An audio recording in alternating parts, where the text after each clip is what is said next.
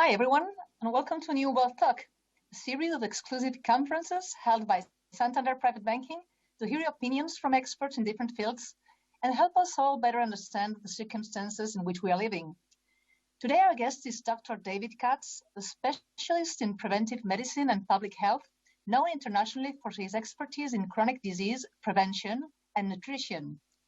Dr. Katz will do the interview in English, but you can follow the conference in Spanish by pressing the red button indicating ES at the upper right corner of your screen. La entrevista con el Dr. Katz será en inglés, pero cuentan con traducción simultánea al castellano si pulsan el botón rojo que indica ES situado en la parte superior de sus pantallas. If you wish to ask a question, simply use the question comment option located at the top of your screen, just at the center. And finally, if you missed one of the previous talks, you can find them all at the santanderprivatebanking.com in the section titled Beyond Finance. Victor Matarranz, our Global Head of Wealth Management and Insurance, will be interviewing Dr. Katz now. Victor, the floor is yours. Okay, thank you very much, Cristina, and welcome everyone to our fourth Wealth Talk. It's a pleasure to have you here. Following a lot of your questions, what we want to address today is it's a session to find out a little bit more about COVID-19. I think, it's a virus about which still we have many unknowns there, and nobody has all the answers, unfortunately. But we have today with us a person who can help us understand it a little bit better, and who is very knowledgeable in the area.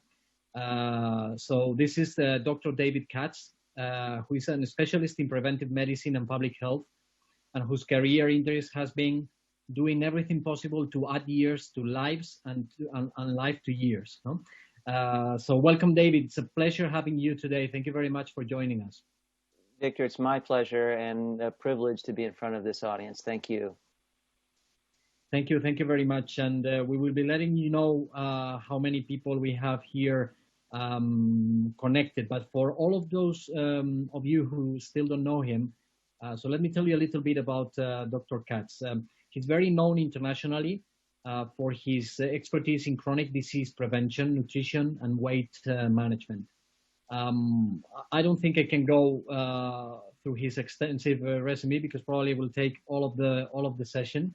But just a few highlights. He's founding director of the Yale Griffin Prevention Research Center and the president of the True Health Initiative, a non-profit organization established to defend and disseminate the science, sense, and global expert consensus about healthy, sustainable diet and lifestyle.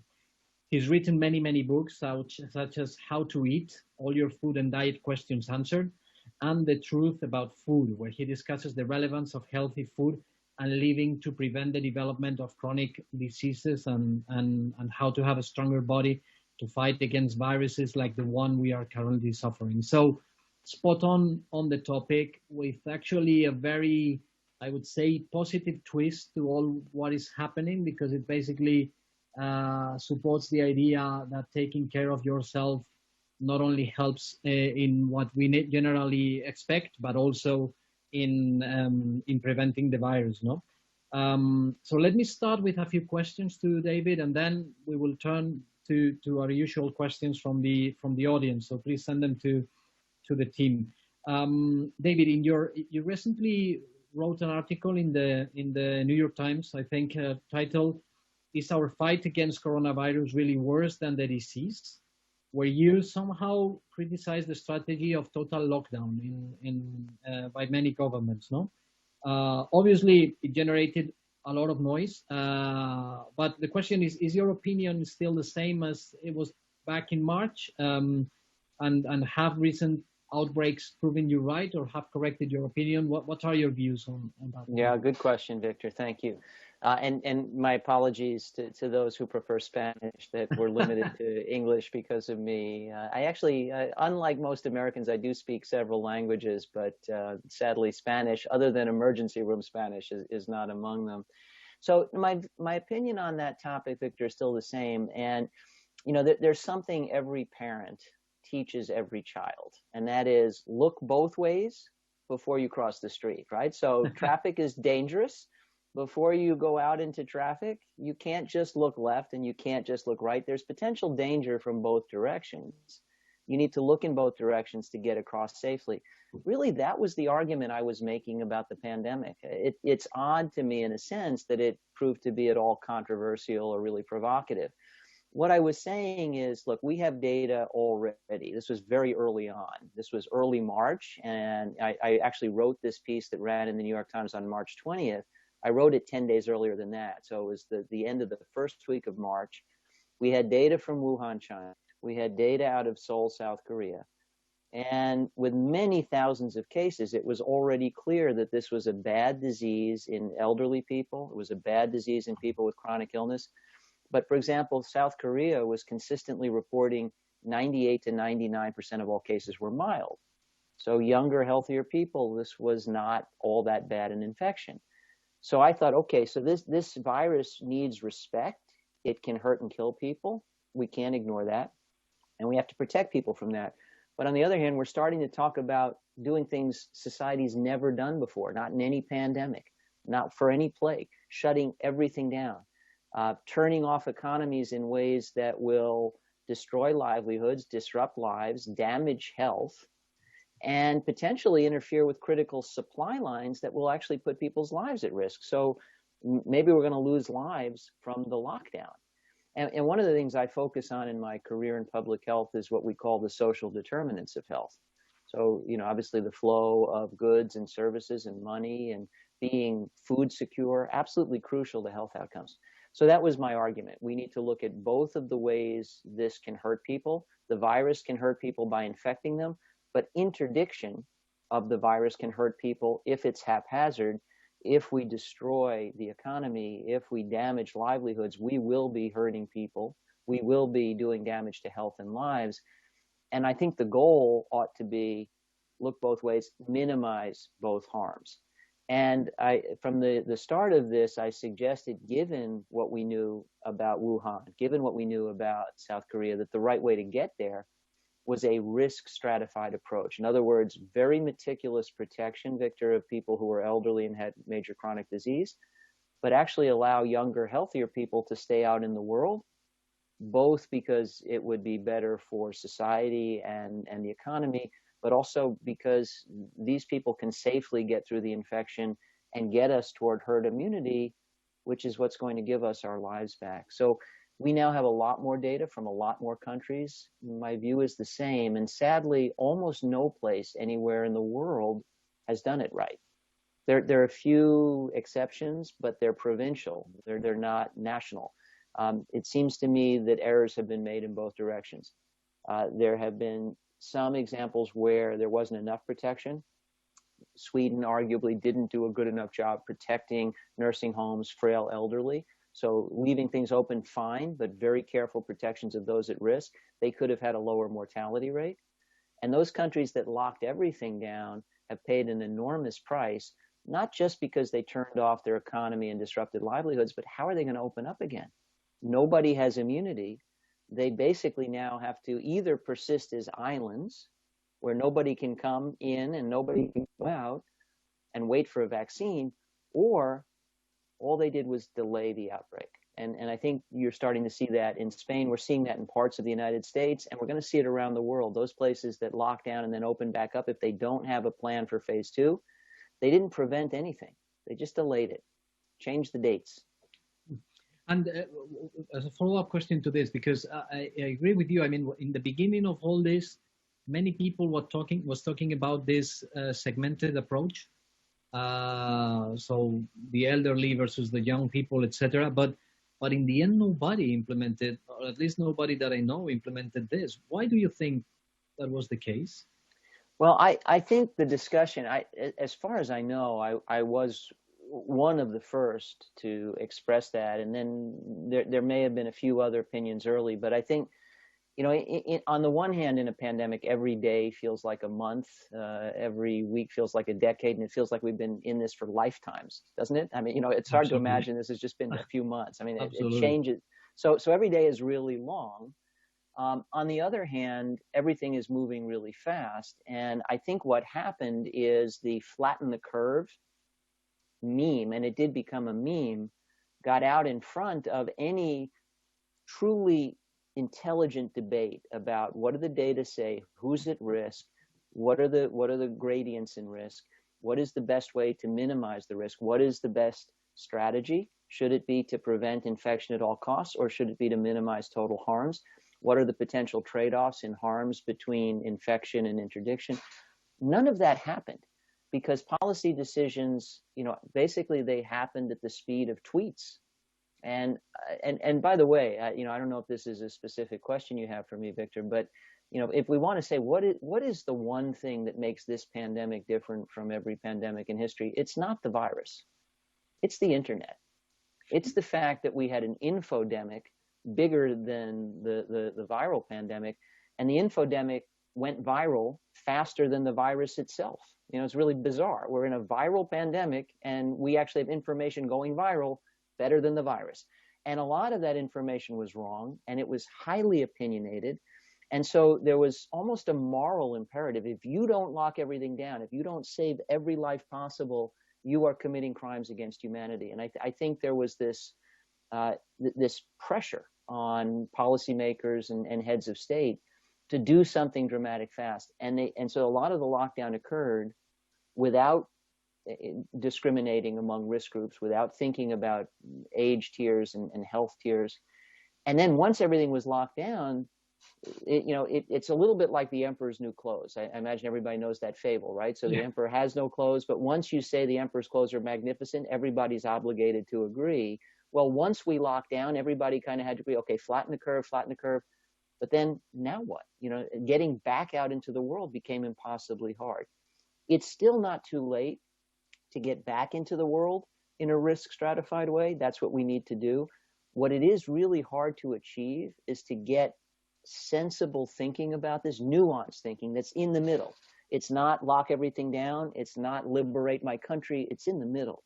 The hard thing to do is to get that middle balanced perspective, that temperate perspective, to resonate in a world where everybody has chosen either this extreme or this extreme. So I think that's what happened. I actually think social media, the internet, and the infodemic put such pressure on policy leaders that before they had time to think, they were implementing blunt, extreme policies that were not very thoughtful. I agree. And many people say that it promoted kind of the wrong behaviors in some cases, because it was incentivizing whatever would make you safe against this opinion in the internet versus whatever is actually the right thing to do, no? Exactly. And for having expressed my opinion in public places, I became something of a human piñata. And it was never my intention to be thrashed quite as much as I was. And again, I'm not an economist. I'm a humanist. I'm a public health physician. I wasn't talking about lives versus dollars. Others can do that, but that's not my job.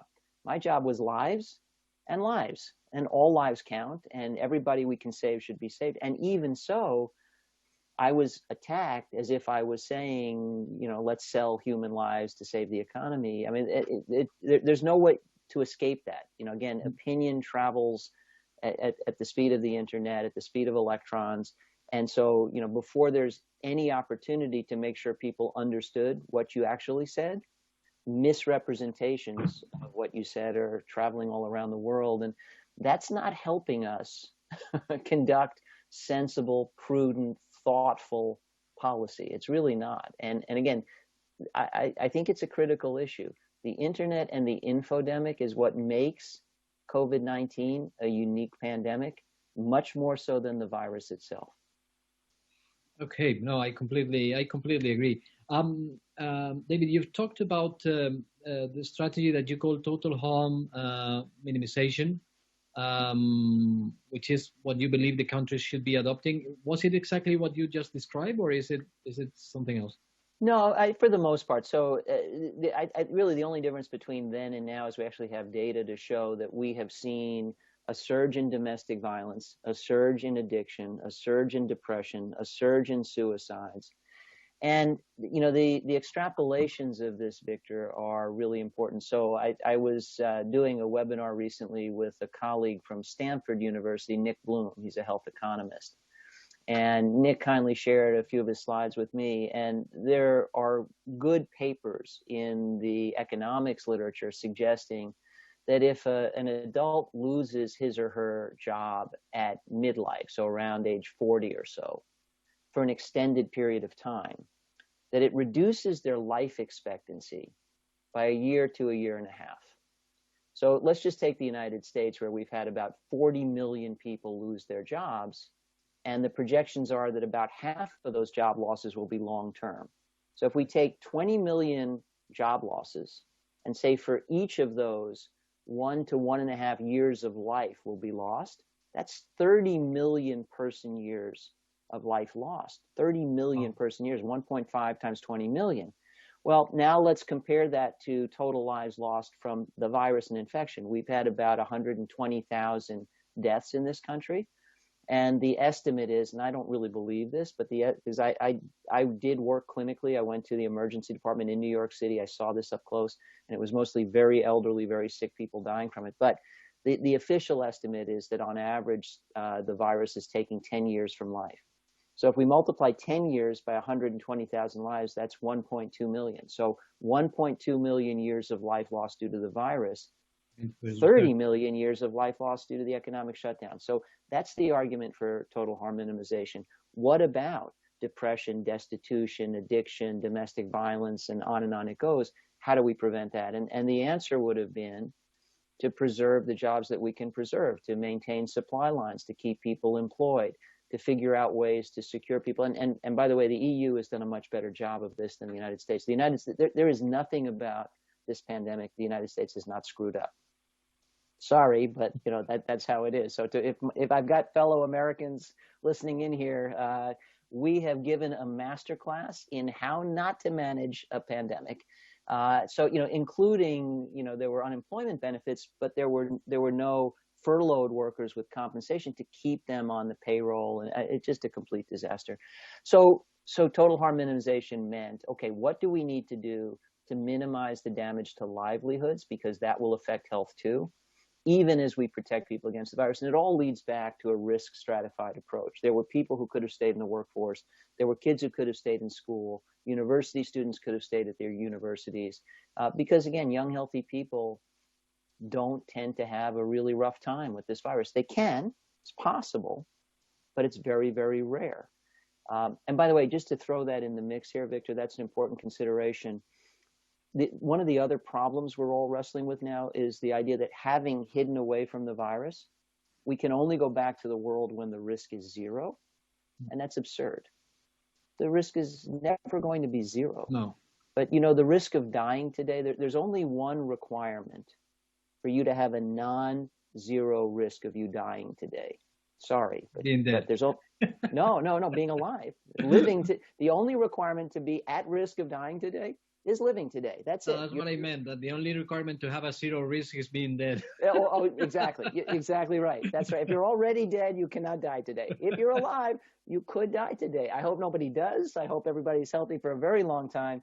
The odds of any of us dying today, very, very low, but the only requirement to be at some risk is being alive. And so we have this distorted notion that the only acceptable risk attached to COVID is zero, and that's absurd. So again, even that's been bungled. Completely. And in this strategy, in the total harm minimization strategy, in general, there is a lot of talk about the role of data and in artificial intelligence and applications that you can use to combat this. Is that a big part of that strategy, or what do you think is the role of all this technology and all this? And by the way, I'm talking to people affiliated with an international bank here. So I imagine this is a group that likes numbers and is good with numbers. And you and I are having a conversation rather than doing a PowerPoint presentation. Absolutely. But we do have a lot of materials. So for those interested in total harm minimization and do like numbers, and you want to see risk projections, risk models, mathematical risk models, all of that, it's available at the True Health Initiative. That's my nonprofit, so truehealthinitiative.org. If you Google True Health Initiative or type that in, you'll pull up our homepage. There's a link to our COVID page, and all these materials are archived there. That's great. So you can readily get all that information. So again, the opportunity to get to total harm minimization does not really depend on rocket science. Essentially, we really just need to think about the best ways to risk stratify the population, and that is data driven. But the issue with data, from my point of view, Victor, is that we don't need millions and millions of tests. And actually, I testified at one point to the Homeland Security Committee of the U.S. Senate. And one of the questions that was raised by the senators who participated was, we keep hearing, in order to get a handle on this, we need millions of tests, and we don't have millions of test kits, and is that true? And my answer was, no, of course that's not true. So you kindly gave an intro, and much of my career has been focused on chronic disease, heart disease, cancer, stroke, diabetes, dementia, obesity, and diet as a means of preventing those diseases.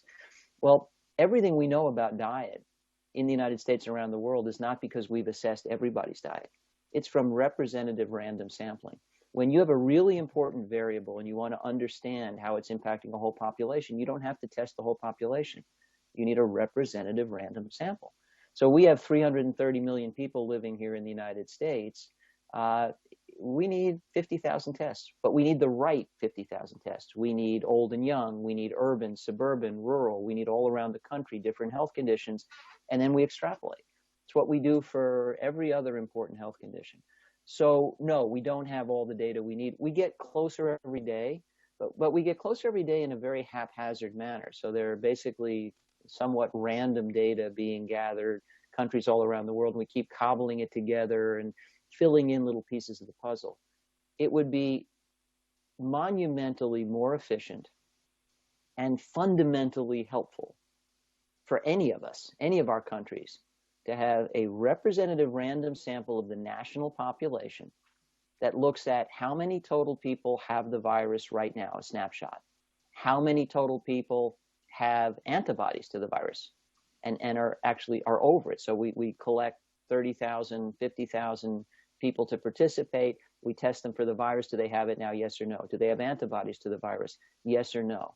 Of those who were yes on either of those, how many ever had symptoms? Because a lot of people never have symptoms. Okay. Of those who had symptoms, how many sought medical care?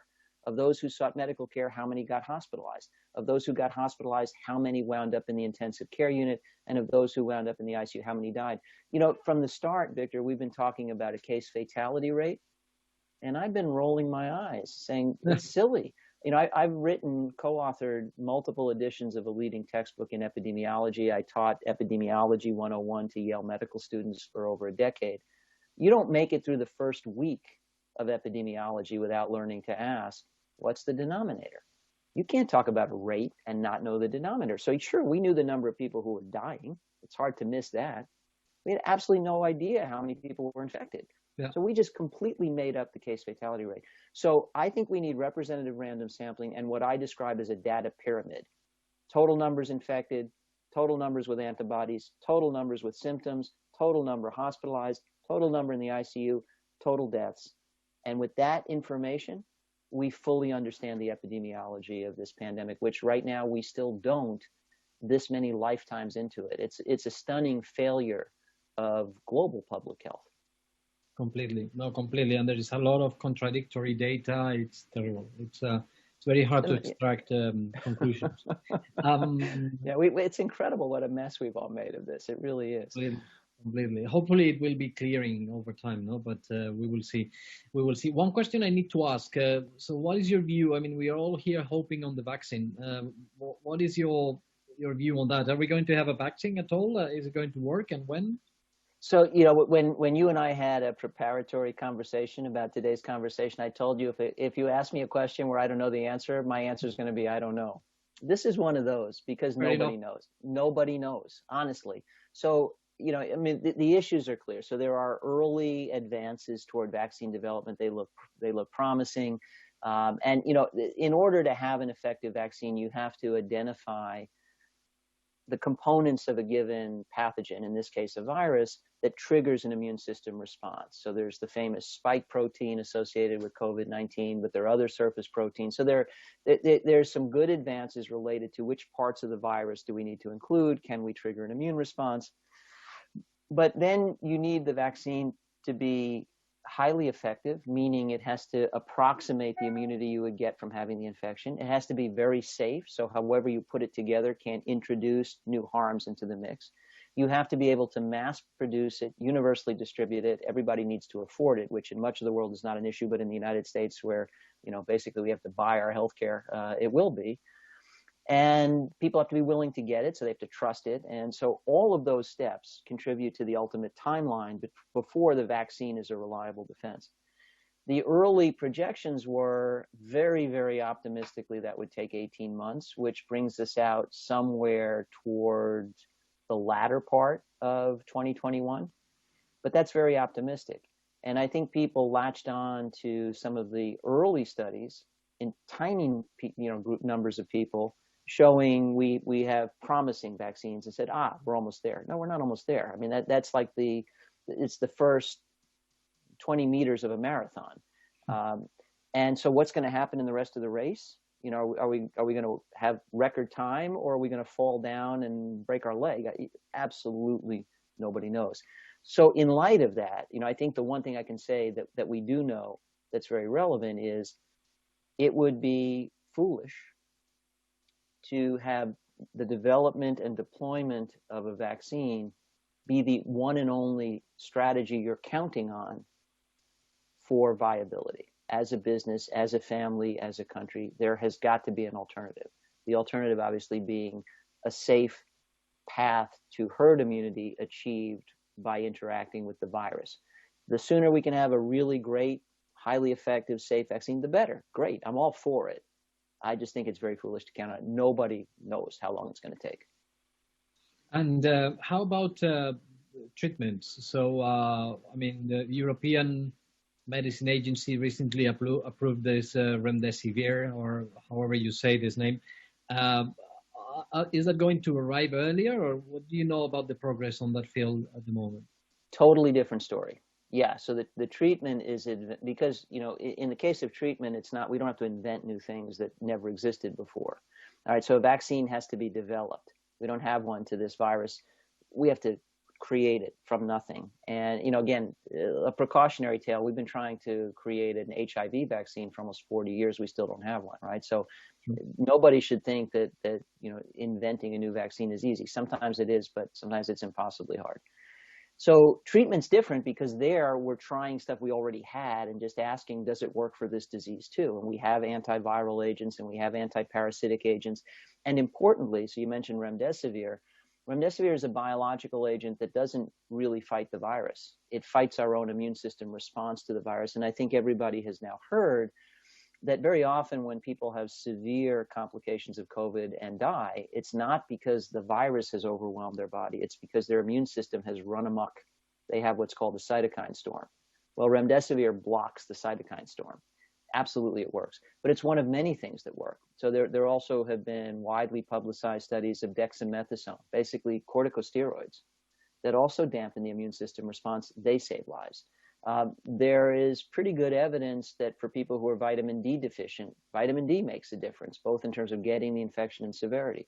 There's evidence that zinc makes a difference because zinc is a critical cofactor in the activity of T lymphocytes, which is the kind of white blood cell that defends us against viruses. And many adults have relatively low levels of zinc in their diet. So zinc supplementation makes a difference.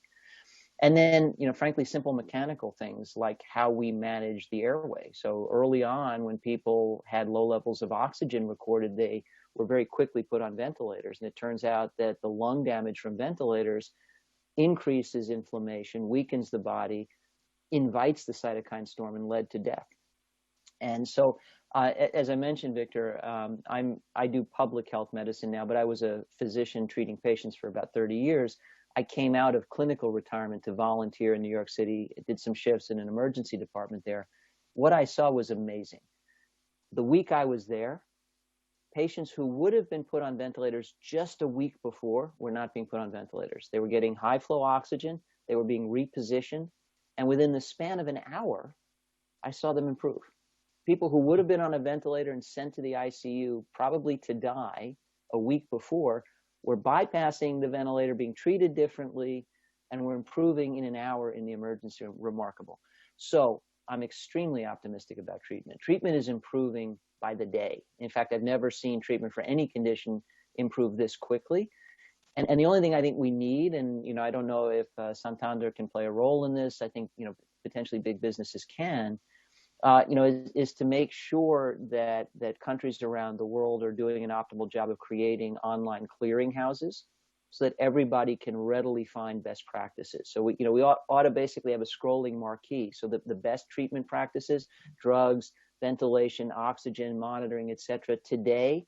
Almost like we have these scrolling marquees for the stock market, right? Everybody's familiar with those. Maybe your buildings even have those. Yeah. So, where is the stock market now? Which stocks are trading up, which are trading down? We ought to have best practices for COVID, what's up, what's down. And every clinician everywhere around the world ought to be able to go there and find out, as of this minute, which are the treatments that look the most promising. And then that ought to be updated in real time. And there's a tremendous exchange of information in lots of different portals. I don't know if we've got the clarity on the one place to go to get all the best information. But whereas I'm very dubious about the vaccine saving us, I'm extremely sanguine about the remarkable pace of improvement in treatment. Yeah, on this point, I may be wrong, and it might be just that I just haven't seen it. But it looks to me like every country is kind of trying to invent the wheel here. Yes. I'm not seeing a lot of flow. I have the same impression. And again, this is why, maybe businesses can do a better job than governments, because governments tend to be somewhat insular.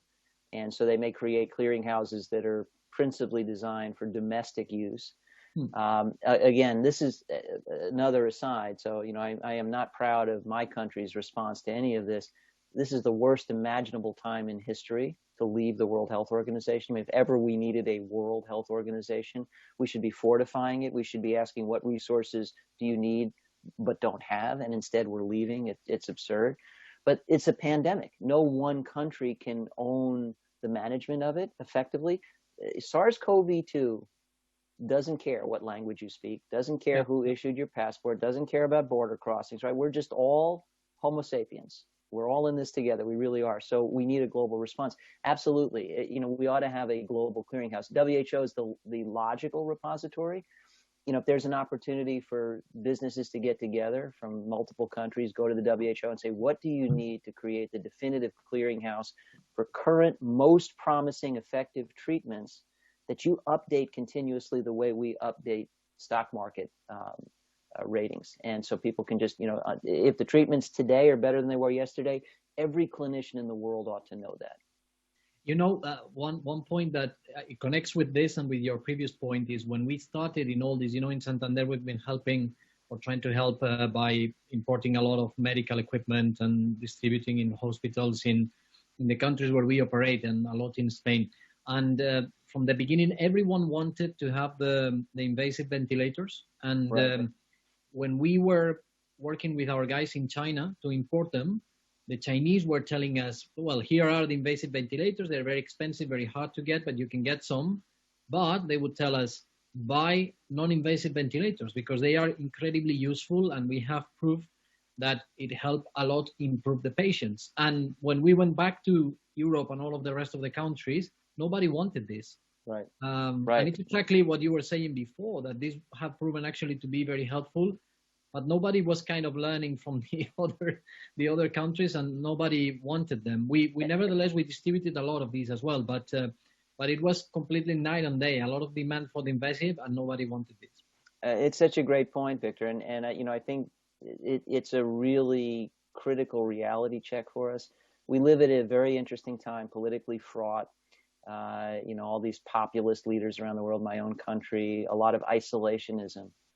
What a vivid illustration to us that the world is small, the world is flat, as Tom Friedman said, that we really are all in this together. We often say that, and it's just a platitude. But the virus is showing us, no, I don't care about countries. I don't care about passports. I don't care about accents. I don't care about languages. You are one great big collection of one kind of animal that I can infect. And I'm going to keep infecting you when I can, because I'm just programmed to survive. That's what I do.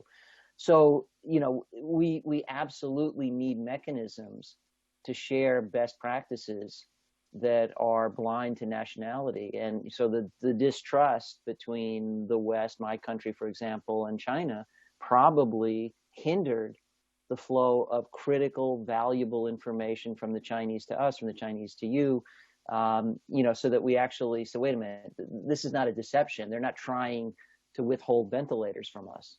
They're actually giving us a key insight because they've fought the initial battle with this virus. They know it better than we do. So we, from very early on, we needed the best information from people who had fought the early battles. And the next battle should have started on higher ground. We know more, we're stronger, we're in a better position, and then higher ground until we rise above the pandemic. Completely. But we've not been doing that. Yeah. So insularity, isolationism, really, really bad ideas during a pandemic. Completely. So let me shift gears a little bit here, because otherwise we won't have time for the questions that we are already arriving. We have about 700 people connected at the moment. So just the final point I wanted to touch is, as we said in the beginning, you've done a lot and written a lot on the importance of the healthy life and healthy lifestyle and nutrition to prevent all the chronic diseases, no? But with regards to the virus, what can we do as individuals to this extent by means of healthy life, etc.? And how can that make us a little bit more immune to the virus or not? What are your views? Yeah, and this is the silver lining, if there is one. So the world has long been awash in major chronic diseases. Heart disease, cancer, stroke, diabetes, dementia, obesity as a driver. And fundamentally, these are diseases of lifestyle. So lung diseases due to smoking, cardiometabolic diseases due to physical inactivity and bad diets. And again, the United States leads the way in much of this. Not smoking anymore, but every other bad thing. And by the way, 80% of premature deaths in modern countries are due to just those three things: smoking, bad diet, lack of physical activity, bad use of feet, forks, and fingers. 80%, feet, forks, and fingers, 80% of premature deaths and 80% of chronic disease, which, by the way, means if we eliminated smoking, bad diets, and sedentariness, we could make 80% of all major chronic disease and premature death go away. It's incredible. So the problem with what was the first F? Was it feet? Feet, yeah, physical activity. Feet. Ah, feet. No, I thought you meant feet. I did mean feet. Yeah, feet. Oh, feet. Okay. Like walking. Feet. So okay, feet, okay. Forks, our diets. Understood. And fingers, right? Understood. Yeah, 80% of premature death and chronic disease. This is what my career has been about, and I pivoted to focusing on the pandemic during the pandemic because, as you kindly noted at the beginning, my mission is add years to lives, add life to years. So I've been doing that my whole career, talking about the value of eating optimally, being physically active, of not smoking. And by the way, it may be of interest to some. I'm the CEO of a startup company called Diet ID. I actually left Yale University after almost 30 years to focus on running this company. And we're committed to making diet a vital sign. So everybody can know what their diet is, know how it compares to an optimal diet. And we actually made it freely available for a while during the pandemic to help people get a handle on what is my diet, what should it be, and how big a difference can it make. So just quickly to tie all this together. So dietid.com for those who'd like to know more about that. But the issue is this, Victor, that if we look at all of the global epidemiology on COVID, there are two things that put people at high risk of bad outcomes. One is being old, and we don't have a remedy for that one. If you're over 80, you're over 80. My parents are both 80. There's nothing we can do about it. And the other is being sick. And there's a lot we can do about it. And the specific sicknesses that put people at elevated risk for a bad COVID outcome, diabetes tops the list, high blood pressure, coronary artery disease, obesity, all totally fixable with lifestyle or overwhelmingly fixable. Here's the good news.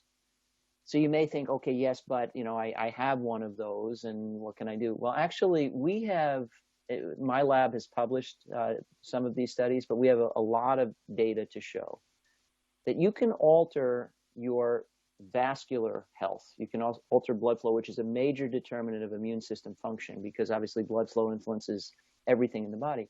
You can alter it with a single meal. we do studies on something called endothelial function. We show that the different composition of a meal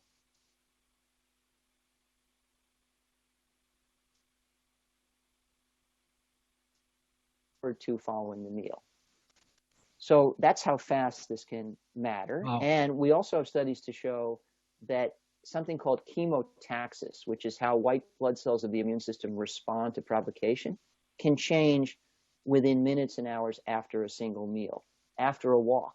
If you're sitting on the couch or take that same amount of time and go for a walk, it changes chemotaxis. You actually change the ability of your white blood cells to respond to a provocation. And you do the same with a meal. You do the same if you smoke a cigarette or don't smoke. These lifestyle practices exert effects in minutes and hours. Now, you're not going to dramatically change your risk of a bad COVID outcome with a single meal, but you start to exert an influence with a single meal or a single walk. If you work on improving your diet and improving your activity pattern, and you do that for several days, you start to have a major effect. And you can do a complete, what we call a 180. You can go from being at high risk to being at low risk in a matter of weeks. So people should not underestimate the power of lifestyle to radically transform your risk of a bad COVID outcome in real time. And for me, having devoted an entire career to arguing that we should be doing that to prevent heart disease, diabetes, premature death, there's a beautiful opportunity here, because what we need to do to reduce our risk acutely will also reduce our risk chronically. Will improve our health for the long term. Specifically in terms of what should you do? Obviously, not smoking is good. Being physically active is good. Diet's the complicated variable. What should we do there? Well, to put it in very simple terms, the more you can move toward a diet of wholesome, whole, minimally processed foods, mostly plants, the better. So eat lots of vegetables, fruits, whole grains, beans, lentils, nuts, and seeds. And when you're thirsty, drink water rather than Coca-Cola or Pepsi.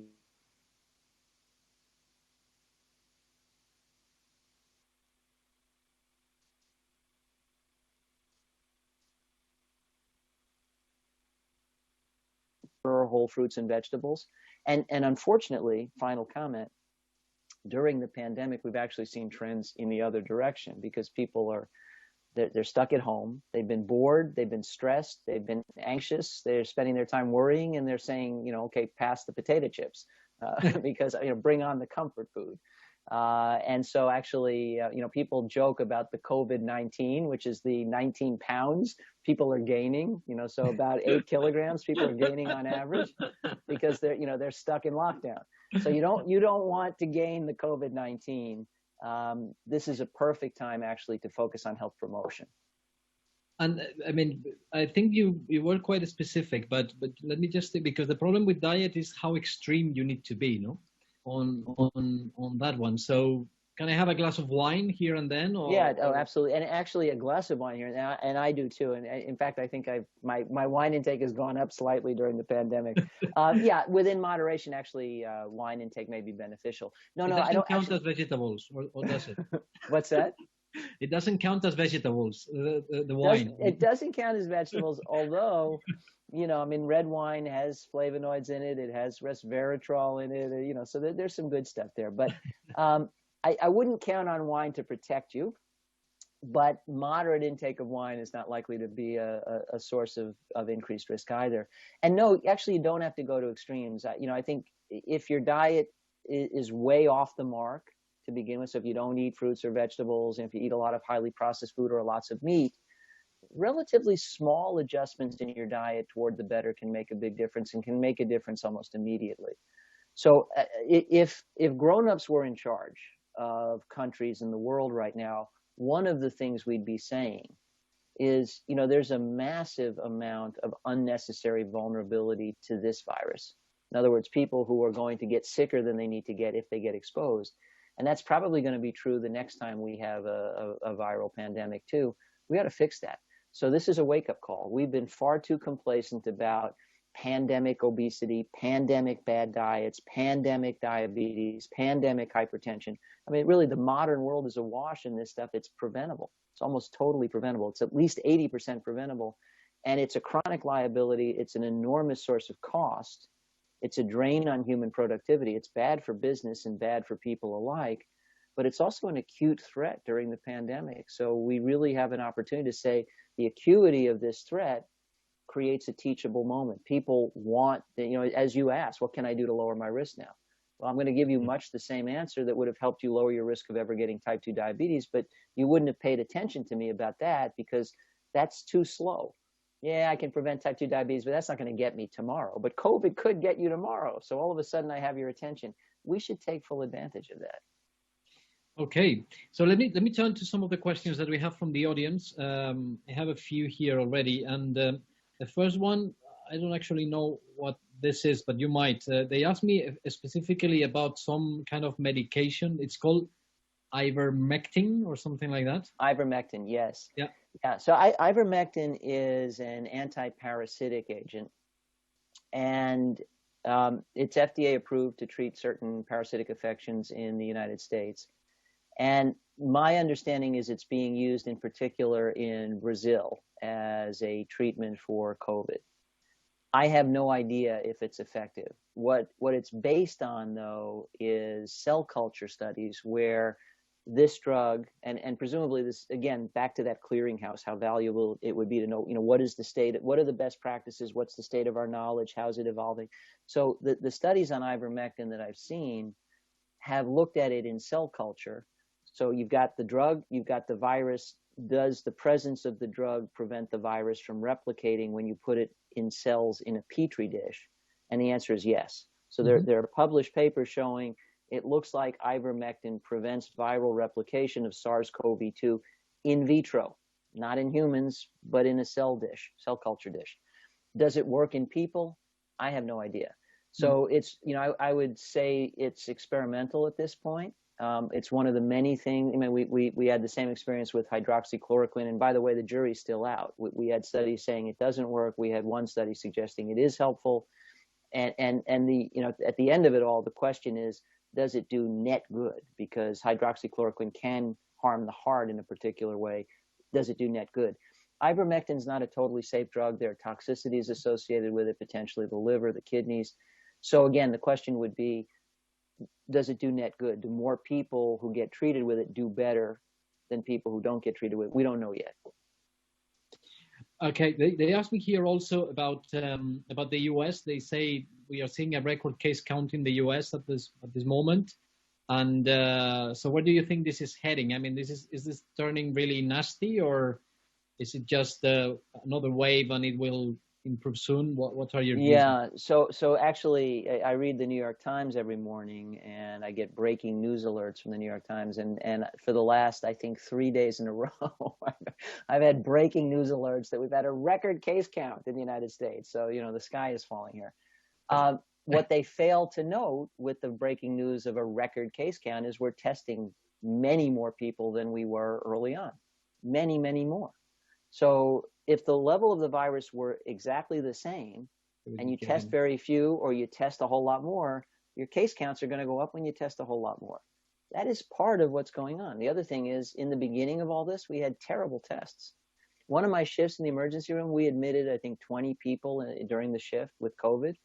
19 of them tested negative. We knew they had it. There was no question about it. They all got swab tests. 19 out of 20 came back negative, and we knew for sure they had it. It was obvious.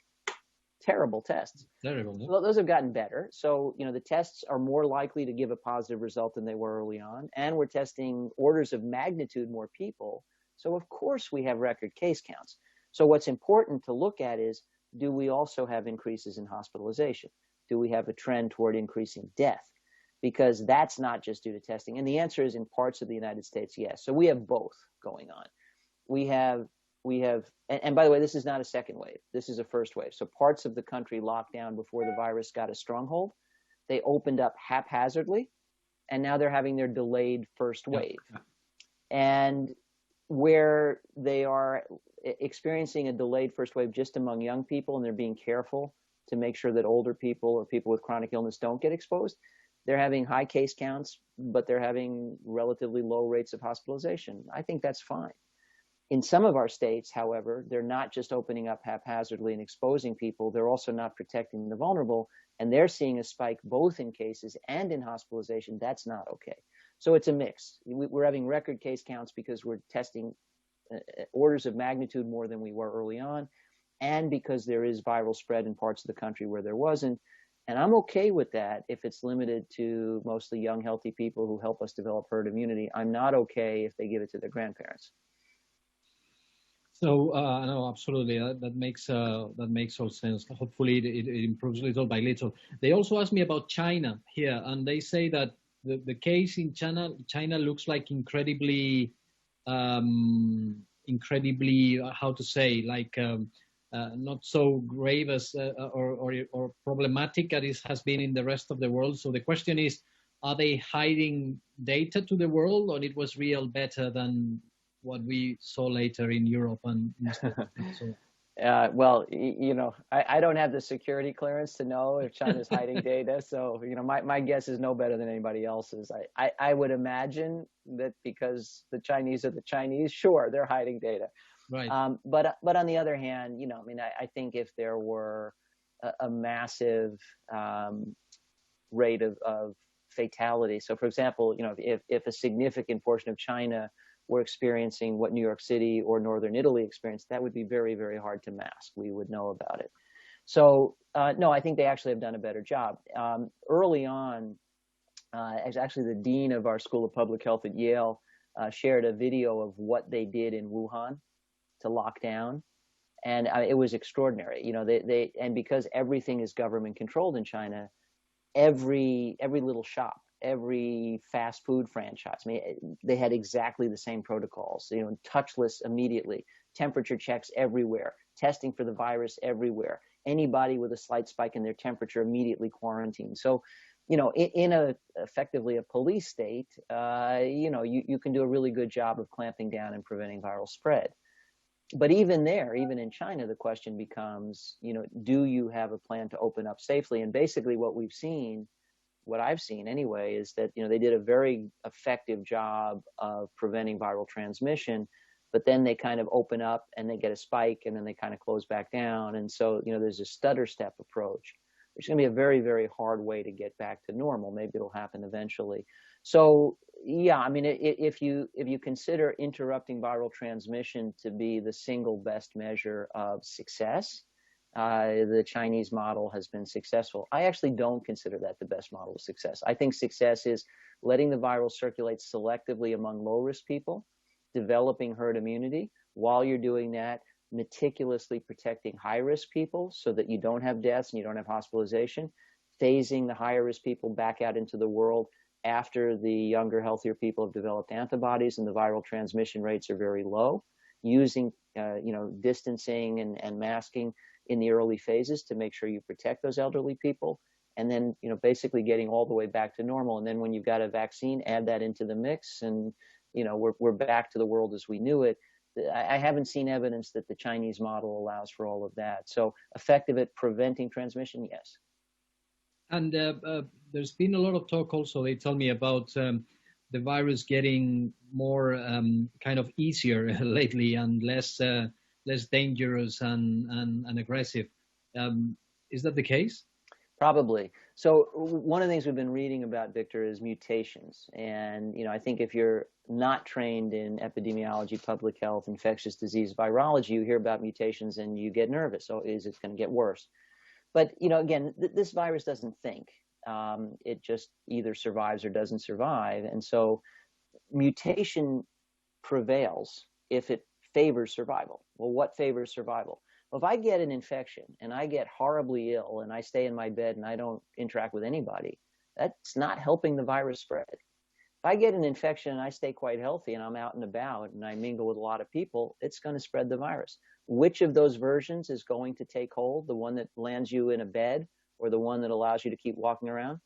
The one that allows you to keep walking around. So the mutations that tend to advance and prevail during a pandemic are associated with easier transmission, but generally less severe disease. So if we see significant evolution of the virus, it's likely to be in the direction of less severe disease, but easier transmission. That's what I would expect. And we've seen some hints of that.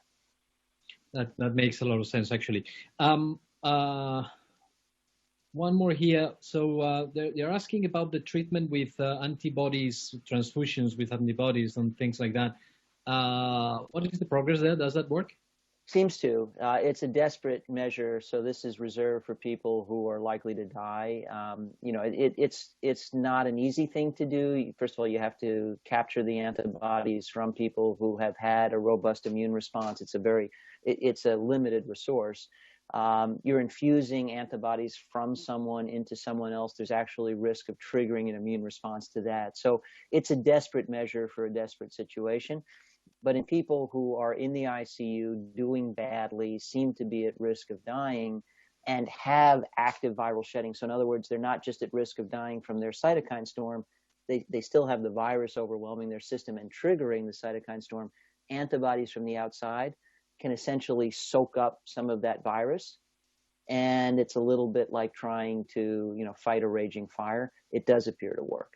So, again, it's a very, very small part of the global solution because it's for that very select group of people who otherwise are at imminent risk of dying, but it does make a difference. Far better, of course, for us to put firewalls of some kind around our nursing homes, prevent exposure in the high-risk population in the first place, than to rely on an infusion of antibodies to save them when they're at death's door. But when it comes to that, it has saved lives. It can save lives. But it's not something that you can do like widespread from what you are saying. It's difficult to do. There's some opportunity to, mostly the antibodies are coming from pooled blood. So you actually need a population of people who've made those antibodies. Once you have those antibodies, you can use laboratory techniques to amplify the supply somewhat, but it's still a limited resource. So yes, it's not something that we're going to have a limitless supply of. It's going to be a very selective treatment for very desperate situations. But it has, on rare occasion, been the difference between life and death. It can be. It should be in the mix. And we really ought to be thinking about a full spectrum of what's everything we can do to prevent people from getting severely sick in the first place. What are all the good treatments for people who get symptoms and maybe need hospitalization? What are all the right treatments for people who have severe illness? And then what are all the best treatments for a truly desperate situation? And pooled antibody treatment would be at that extreme end of the spectrum. All right. So final quick question, because we have a lot of people from LATAM, and the situation there is complicated by a number of reasons. First, because there is it's very hard to reduce mobility a lot there. They have less resources in some cases, et cetera, et cetera. So if you were to give an advice generally to the Latin American governments, what would you tell them? Is this about the segmented approach, or what? It really is, yeah, Victor. So, again, first of all, this disease transmits pretty readily, but it's not highly infectious. It's nothing like measles. It's much more like flu. Casual exposure to it, you're unlikely to get it. So social distancing and mask wearing, if both people wear a mask. So you could think of it this way, if we're face-to-face having a conversation, I have the virus and neither of us wears a mask, you're likely to get it, particularly if we have a long conversation, particularly if I get excited. All right. On the other hand, if we're a little further apart, you're less likely to get it. If we're further apart and you wear a mask, you're less likely to get it. If we're further apart and we both wear a mask, you're extremely unlikely to get it. And if we're further apart and we both wear a mask and we're outside, or we're only together very briefly, it's almost impossible you're going to get it. So essentially, we can manage exposure in these very simple ways. And we ought to preferentially direct those practices to the vulnerable population. So everybody over age 70, high risk. Everybody with a major chronic disease, high risk. Younger, healthier people, for the most part, can safely get this and will get through it. So, if we think in those terms, managing a society that keeps humming along, an economy that stays open, it's not daunting. It's not trivial. Pandemic is not a convenient thing. There's no way this is going to be completely convenient, but it is manageable. Thank you very much, David. It's a pity time has come to an end, but at least in my opinion, it has been incredibly enlightening, also positive from many aspects, and at least it gives a lot of confidence to know that there are many unknowns, but also many knowns. So thank you very, very much for being here with us today. You commented a number of resources that people can access, so hopefully you will get some follow-ups from here, but really, thank you so much, David. Thank you for joining us. My pleasure, Victor. Everybody stay safe, and thank you for having me. Oh, thank you. And for all the audience, let me thank you once again for being with us today. If you want to find out a little bit more about our Wealth Talks, you can visit our website, so www.santanderprivatebanking.com.